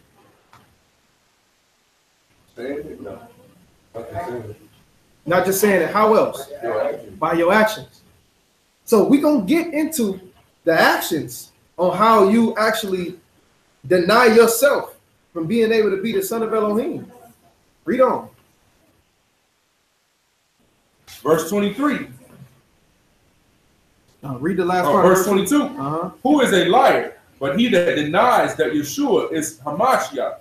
He is Antichrist, that denies the Father and the Son. Whosoever denies the Son, the same have not the Father. But he that acknowledges the Son have the Father also. Let that therefore abide in you, which you have heard from the beginning. If that which you have heard from the beginning shall remain in you, you also shall continue in the Son. So if you and continue, the Father. if you continue in the Son, you are a son. Make sense? Go ahead. Verse 25. And this is the promise that he has promised us, even eternal life. These things have I written unto you concerning them that seduced you. So them that did what? That seduced you. Sound like something familiar, right? Sons of Elohim got seduced before. Read. But the anointing which you have received of him abides in you, and you need not that any man teach you, but as the same anointing teaches you of all things, and is truth, and is no lie, and even as it hath taught you, you shall abide in him. And now, little children, abide in him, that when he shall appear, we may have confidence and not be ashamed for him at his coming. If you know that he is righteous, you know that everyone that does righteousness is born of him. Key verse. Everybody that do righteousness is what? Now, the children of Israel, he separated them. He gave them the law, right? And he told them, I severed you from other people. Them going in and being amongst the people that were dealing with Baal Peor changed them. What does that say about you? Right? You got to get the Ruach. You got to stay separated. Right? Can't indulge when they indulge.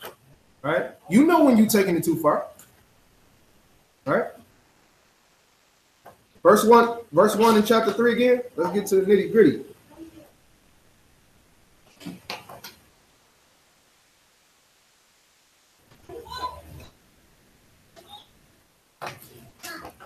First John chapter 3, verse 1.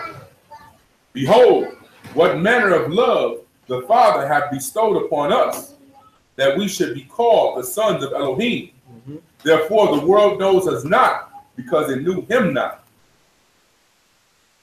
Beloved, now are we the sons of Elohim, and it does not yet appear what we shall be. But we know that when he shall appear, we shall be like him, for we shall see him as he is. And every man that hath this hope in him purifies himself, even as he is pure. Verse 4. Let's get it. Whosoever commits sin transgresses also the law. So if you commit sin, you do what? Transgress the law. We talked last week about receiving the Ruach. How do you receive the Ruach?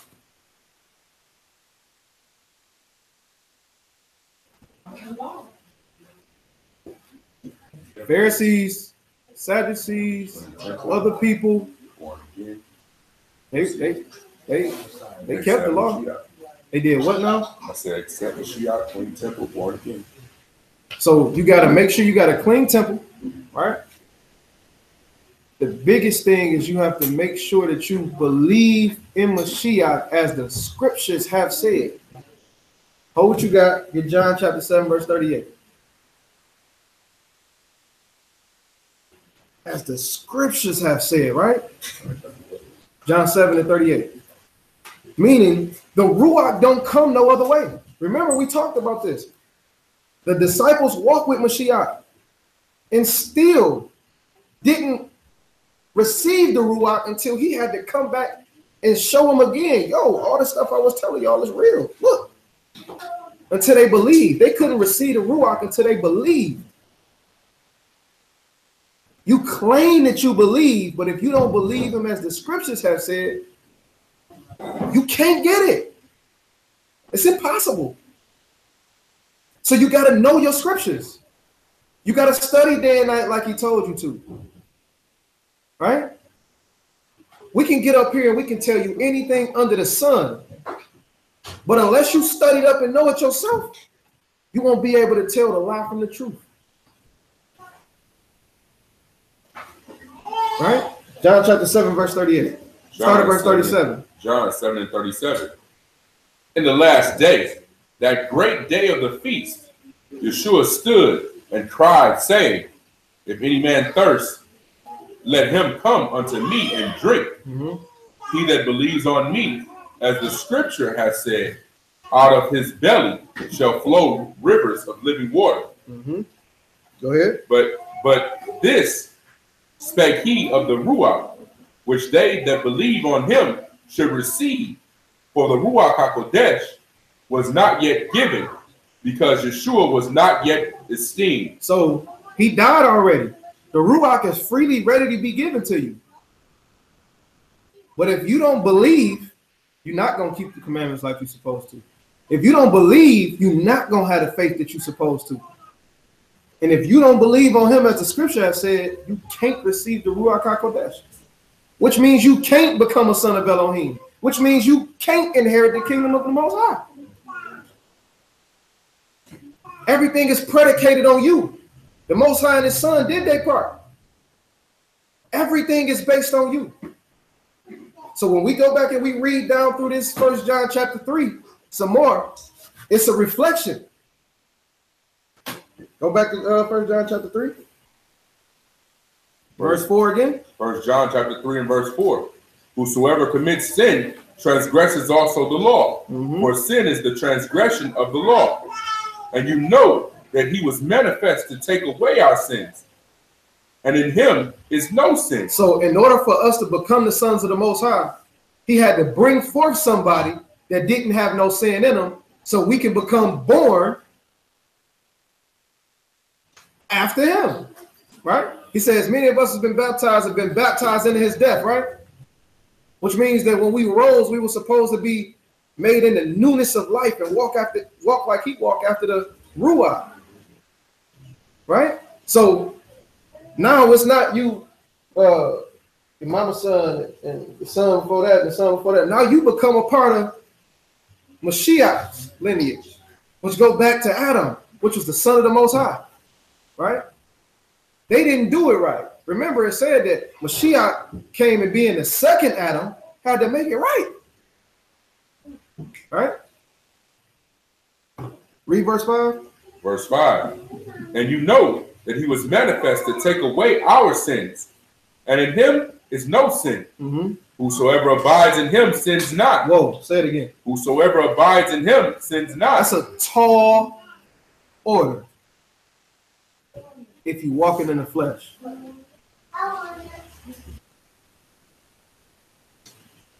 He told us that this ain't nothing new that was written. He told us that in chapter 2. He said, I ain't writing nothing new unto you. He says, and you know that he was manifest to take away our sins, and in him is no sin. Whosoever abide in him, do what? Sin not. That's a tall order if you walking in the flesh. You get a whole bunch of flack for telling people that you ain't supposed to commit sin. Whole bunch. Down from the things that you do to the things that you think. We get a whole bunch of flack for telling people that you're not supposed to commit sin. I didn't write this. I'm only reading it. Read on after that. It says, whoever abide in him, sin not. Go ahead. Whosoever sins have not seen him. He said, whosoever sin have not seen him. Hold what you got. Read verse 2 again. Beloved, now are we the sons of Elohim, and it does not yet appear what we shall be. But we know what? But we know that when he shall appear. But when he shall appear, when he come, what's going to happen? we shall be like him. We shall be like him, for we shall what? For we shall see him as he is. But if you committing sin, if you got sin on you, if this is a part of your life, if you can't get it out of you, if it's that thing that you just gotta do, it said when he come, you ain't gonna see him. Not like he is. Some people's last vision of Mashiach is gonna be with the sword on them. Read verse 6 again. Verse 6. Whosoever abides in him sins not. Whosoever sins have not seen him, neither known him. Little children, let no man deceive you. He that does righteousness is righteous. Don't let nobody get you misunderstood. He doing too much. You think you can keep these commandments? Or you think you can be perfect? Or you think you can do? Listen, man. It said right here. Don't get deceived. The person that's doing righteousness is righteous. Don't get it misunderstood. Right? If you see somebody and they being righteous and they living out their righteousness according to these scriptures, don't hate on them. Because they're trying to become the son of the Most High.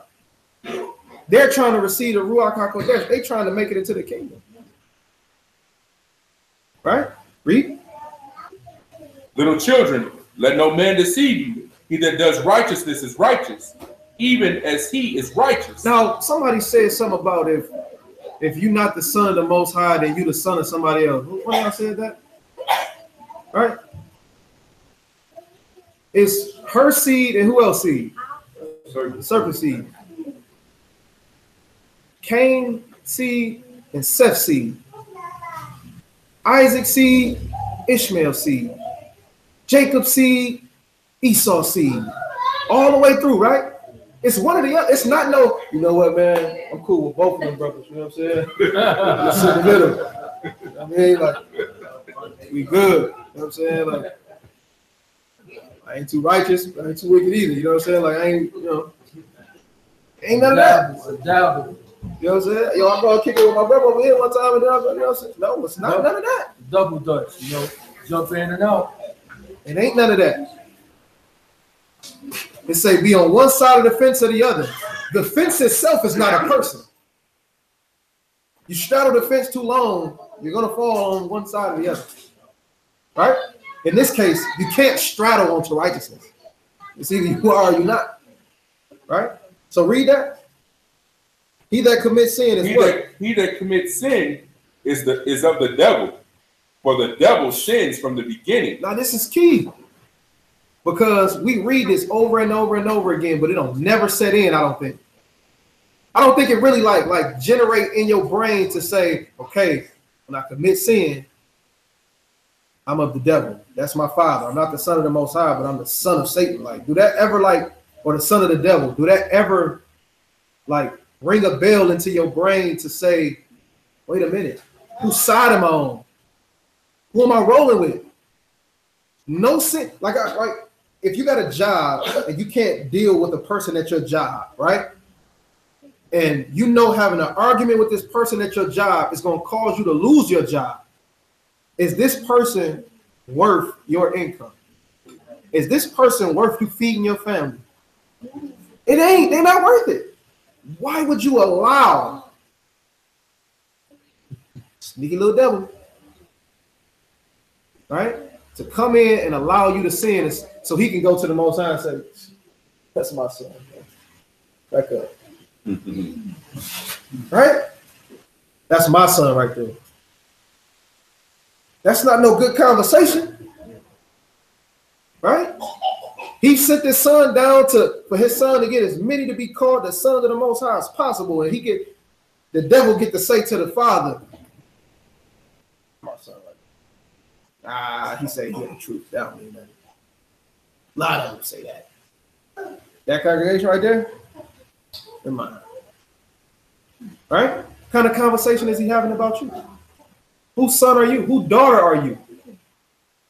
Read that verse again. He that commits sin is of the devil, for the devil sins from the beginning.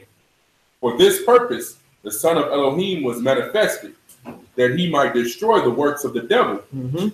Whosoever is born of Elohim does not commit sin. How can you be born of the Most High and still commit sin? You're in bondage to sin. Remember, he said this in Romans the 6th chapter, right? How can you be dead to sin but live any longer therein? It's impossible. It's either you not dead to it or you dead to it. Either you walking in the ruach or you walking in the flesh. He said he's not going to strive. He's not going to let you play with him. I'm only going to give it to you when it's time to give it to you. I'm only going to give you the ruach when I know you're going to keep it.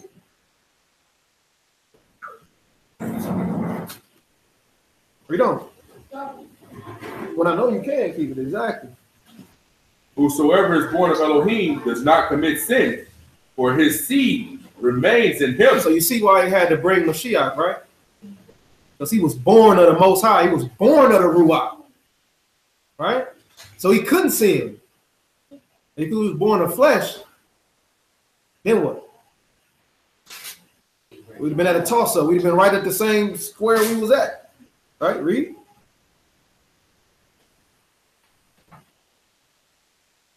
Read verse 9 again.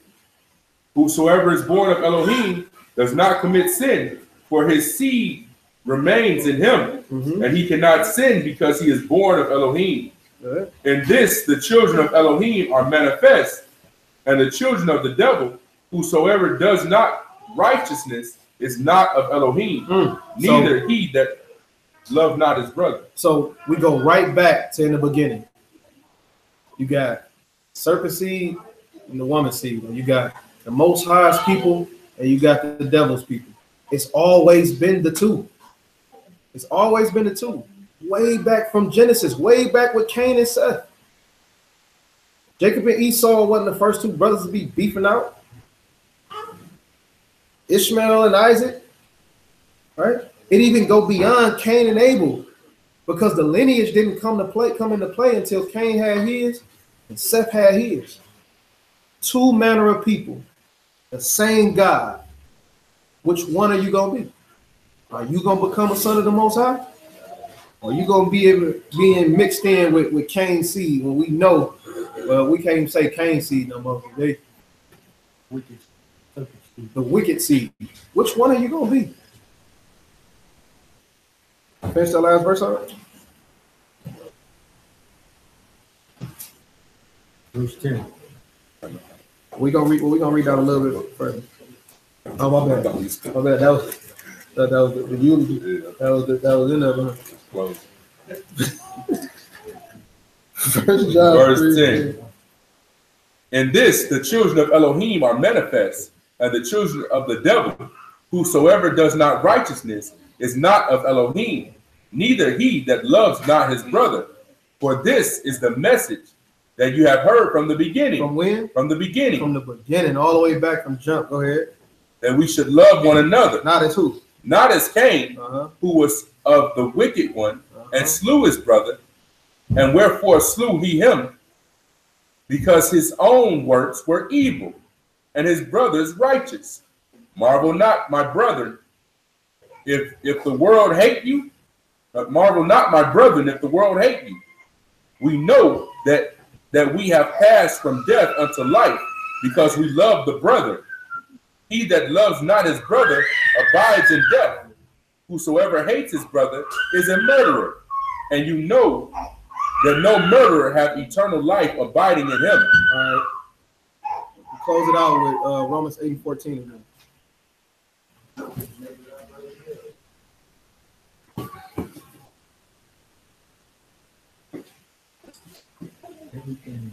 Romans chapter 8 and verse 14. For as many as are led by the Ruach of Elohim, they are the sons of Elohim.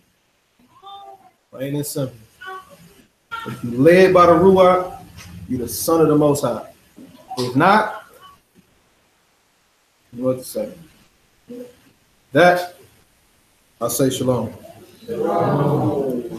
Questions, comments, concerns? 3 questions in the chat. Anybody in here have any questions? Anything to add? You know? Sure. I got a question. What was it 120 years? Was that the maximum years? No. Somebody took that scripture. Oh, like made that saying that a man can only live to be 120? Nah, that's not that. Way deeper than that. So the 3 questions in the chat, all from the same sister. Is wearing pants a sin? Are people who use cuss words sinning? And is smoking a pipe, like a tobacco pipe?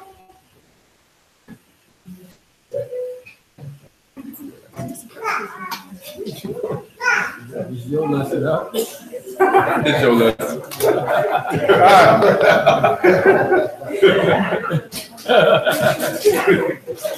Let's get into the law.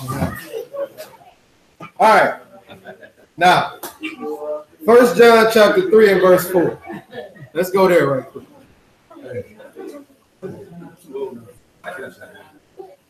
No, but 1 John 3 and 4. 1 John 3 and 4. 1 John 3 and 4. 1 John chapter 3 and verse 4.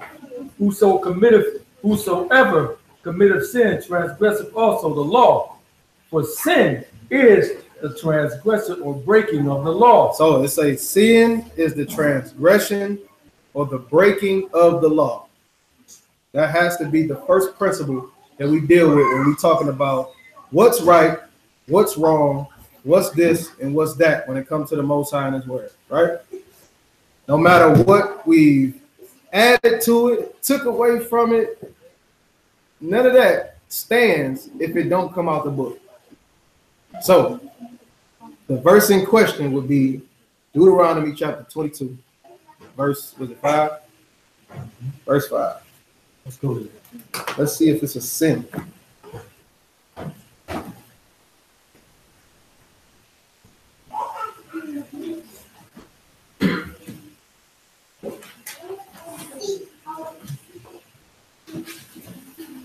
Go ahead. Deuteronomy chapter 22 and verse 5. The woman shall not wear that which pertains unto a man. Pants. The woman shall not wear that which pertains unto a man. Pants. A man. It say a woman shall not wear that which pertains to a man. And what else? Neither shall a man put on woman's garments. Okay. Now we do understand that this is a Hebrew Bible, right? These scriptures come from a Hebraic standpoint. So in order to, just like we did with the names earlier in the lesson, we got to go in here and see what it's actually saying. Go into that, is it man? Okay, yeah, man. Go into that word. Going to the word man, which is H1397. It is Gibor. Man, strong man, warrior, emphasizing strength or ability to fight. Now, does it say ish? Or Adam. Or Adam? It don't say neither one of them. It says what? One more time.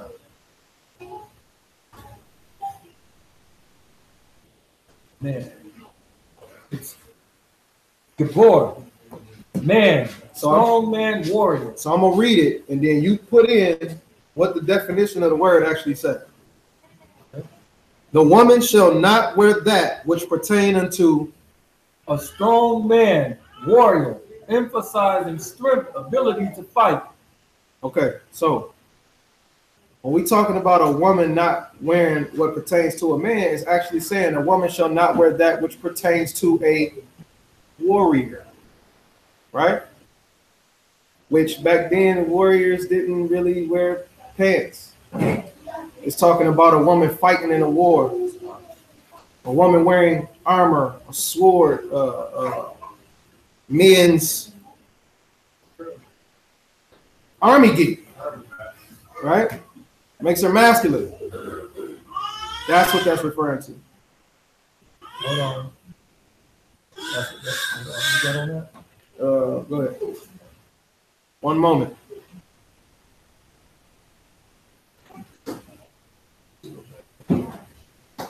One moment. You got something else on that? Man. 1397. 13.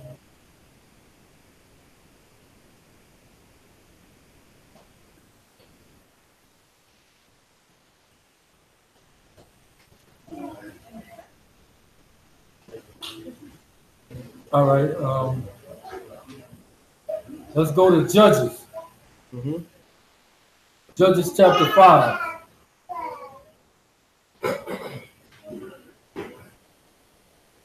Had to get a definition in there.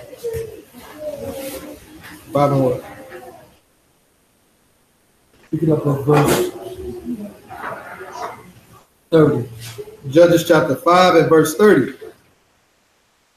Have they not spared? Have they not divided the prey to every man a damsel or two? To Sisera a prey of diverse colors, a prey of diverse colors of needlework, on both sides, meat for the neck, and for them that take the spoil. So for them that take the spoil, what would the spoil be? Spoils of war. Spoils of what? Spoils of war. So this is the chapter of one of the famous women in the scriptures, right? Mm-hmm. Deborah. And she is known for being what? They said warrior judge. A judge. But she was in the time of these quote unquote warriors. So that same word is over here in the time of war. So Deborah, this law is actually saying that Deborah couldn't wear these garments because she is a woman. Mm-hmm. So Deborah didn't go out to war, and she would actually be breaking this. Lord. All right, what's the next one? That's that on that. The next one is, are people who use cuss words sinning? Back to 1 John chapter 3 and verse 4.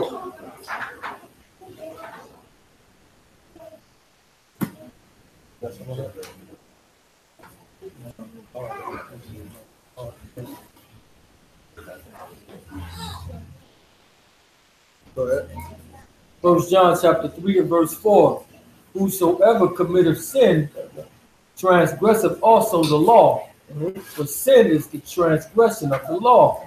There is no law that says if you use curse words that you're sinning. Now, the scriptures do tell you to mind your mouth in certain spots, right? Don't let your good be evil spoken of.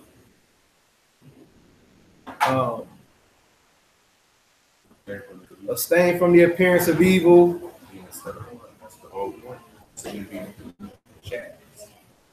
Let no corrupt communications Come proceed from out of your mouth. Right?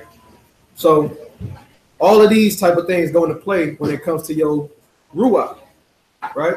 So if you letting forth corrupt communications come out of your mouth, if you allowing your good to be evil spoken of, and then we, like a lot of people will say that these words don't really have like no power and whatnot. But I always ask, if you heard your little child saying these words, would you be all right with that? Or would it hit you in your spirit to say, I get my daughter in there talking like that? Or would you use that in front of your parents? See what I'm saying? Like it's like something that's built inside of you. When your mama come in, would you keep saying the stuff that you saying because she listening? You would stop because you know something ain't right about her. You know what I'm saying? So All the people that say, oh, them words ain't nothing, do you allow your children to use them words? Most will say no. The next one. Smoking weed? Tobacco. Smoking tobacco. Is smoking a pipe tobacco a sin? All right. Let's go here. You got it. You got it. Go back to 1 John 3 and 4. 1 John chapter 3 and verse 4. Ephesians, the last one. Ephesians 4:29, it says, this is my ass. It says, let no corrupt communication proceed out of your mouth, but that which is good to use for the edifying. Absolutely. Throughout public, you know, they ain't talking to you back today with wars on the phone. Right. Right. Is it 4 and 29? Yes. Ephesians 4 and 29. Take a look at that. 1 John chapter 3 and verse 4. Sin transgresseth also the law, for sin is the transgression of the law. All right. So when you, let's look at this. Let's go to 1 Corinthians chapter 3.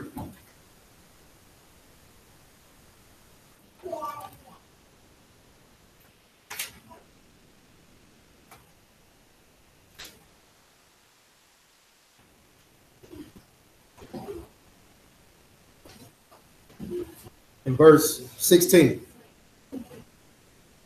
All right, we get Leviticus chapter 10 and verse 1.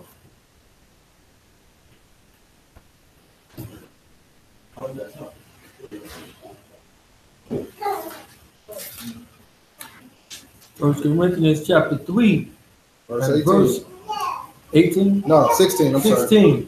Know ye not that ye are the temple of Elohim, and that the Ruach of Elohim dwelleth in you? So it says that you are the temple, and that the Ruach dwells inside of you, right? So we was just talking about the Ruach, right? Holy and profane, clean and unclean, right? So when we talking about you being a temple, this goes back to what the temple was set up for, right? The lesson that you went over last week concerning the temple, right? There were certain things that could be done and couldn't be done inside of the temple, right? Leviticus chapter 10 and verse 1. Leviticus 10 and 1. And Nadab and Abihu, the sons of Aharon, took either of them his censer and put fire therein, and put incense thereon, and offered strange fire before Yahuwah, which he commanded them not. And there went out fire from Yahuwah and devoured them, and they died before Yahuwah. Now, what we come here to show is when it comes to the temple, if he didn't tell you to do it or use it in the temple, don't defile it. Going back to 1 Corinthians chapter 3 and verse 17, what do it say? If any man defile the temple of Elohim. If any man do what now? Defile the temple of Elohim. Now remember, he called you the temple. If any man defile the temple of Elohim, what happens? Him shall Elohim destroy, for the temple of Elohim is the Kodesh. Which is Kodesh. Is smoke Kodesh? Is it clean? Or is it 3 and 17? Read it one more time. 1 Corinthians 3 and 17. If any man defile the temple of Elohim, him shall Elohim destroy. For the temple of Elohim is Kodesh, which temple ye are. So he said he's going to destroy those that destroy the temple. He called you the temple, right? So if you mixing what's Kodesh, which is his temple, with something that's common, unclean, or profane, poisonous to the temple, that'll break down the temple, he said he's going to destroy you. Again, common like sense. When people smoking this stuff and you start coughing and stuff, right?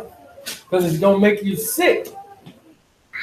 which is going to defile your temple. You're going to get cancer or any of these type of things. It's like karma when your body rejecting it. I don't want that in me, right? So when all these people is coughing and going on, I can't stand to be around the smoke, period. So again, it's like some of it is kind of common sense, even if it ain't directly written in the law not to do it. It don't tell you that you can't smoke crack, but do you stay away from it? Honestly, right? It don't say don't smoke crack, but you will go around and tell people not to smoke crack.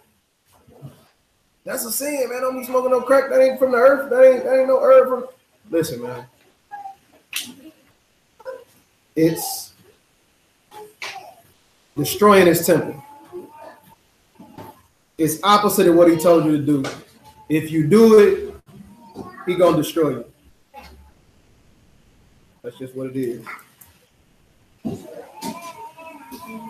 Any other questions?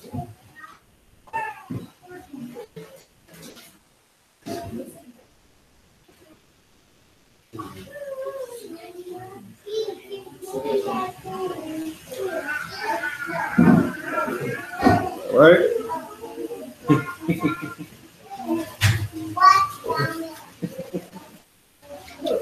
With that, we say shalom. Shalom. Shalom. All right, let's pray out. Slay the lamb. Slay the lamb. You gonna pray out with me?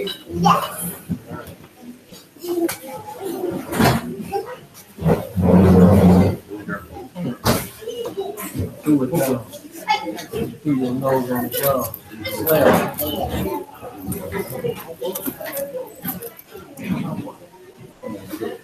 Also, when we pray out, we pray the Our Father prayer in Hebrew. You know. Y'all are familiar.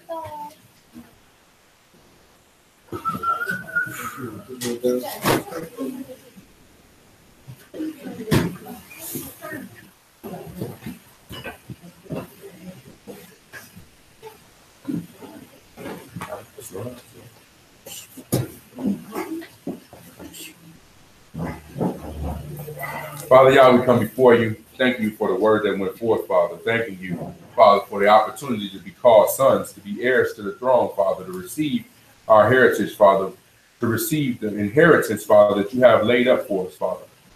Your son said that he went to prepare a place for us, Father, and we thank you right now for that, for the opportunity to partake, Father. We thank you for the righteousness that was given, for the righteousness that was sent. And we pray and ask that, Father, that you would continue to impart wisdom upon each and every one of us, Father, so that we can access that inheritance, Father, so that we can have access to those things that I promise that you have laid up for us in Shamayim, Father.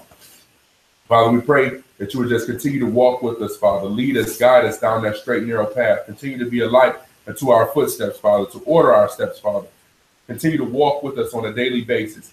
Use us, Father, as vessels for your word to flow through, Father, to speak a word of life and of power and of strength unto your people who may not be aware of your marvelous light, Father. We thank you for the light that was shown unto us, Father, that woke us up out of darkness, Father, that opened up our slumbering eyes, Father. We pray that you would continue to just be with us, Father, daily, and that we would continue to be diligent unto your word. And all these things we pray and give thanks. Bashem Yehovah Benkaya Hoshua Hamashiach Awaka Kodesh, so be it. Aminu Shabbat Shemaim. Aminu Shabbat Shemaim. Ikadosh. Ikadosh. Shenka. Tabo. Tabo. Makutka. Yeaseh. Ratsonka. Ba'aretz. Kashir. Nashak. Bashemaim. Tain Lanu. Hayom. Likim. Kikanu. Uslak. Lanu. Eight. Ashmatenu. Kashir. Sukim. Anaknu, Lashir, Ashmu, Lanu, Ba'al, Tabinu, Lede, Masah, Ki, Hasulanu, Hasulanu, Mi, Mi, Kara, Kara, Ki, Laka, Hamam Laka, Laka, Wahagi Bora, Wahagi Bora, Tifare, Wahati Fore, Lome, Lome, Ulami, Ulami, so be it. so be it. Yeah. Everybody go.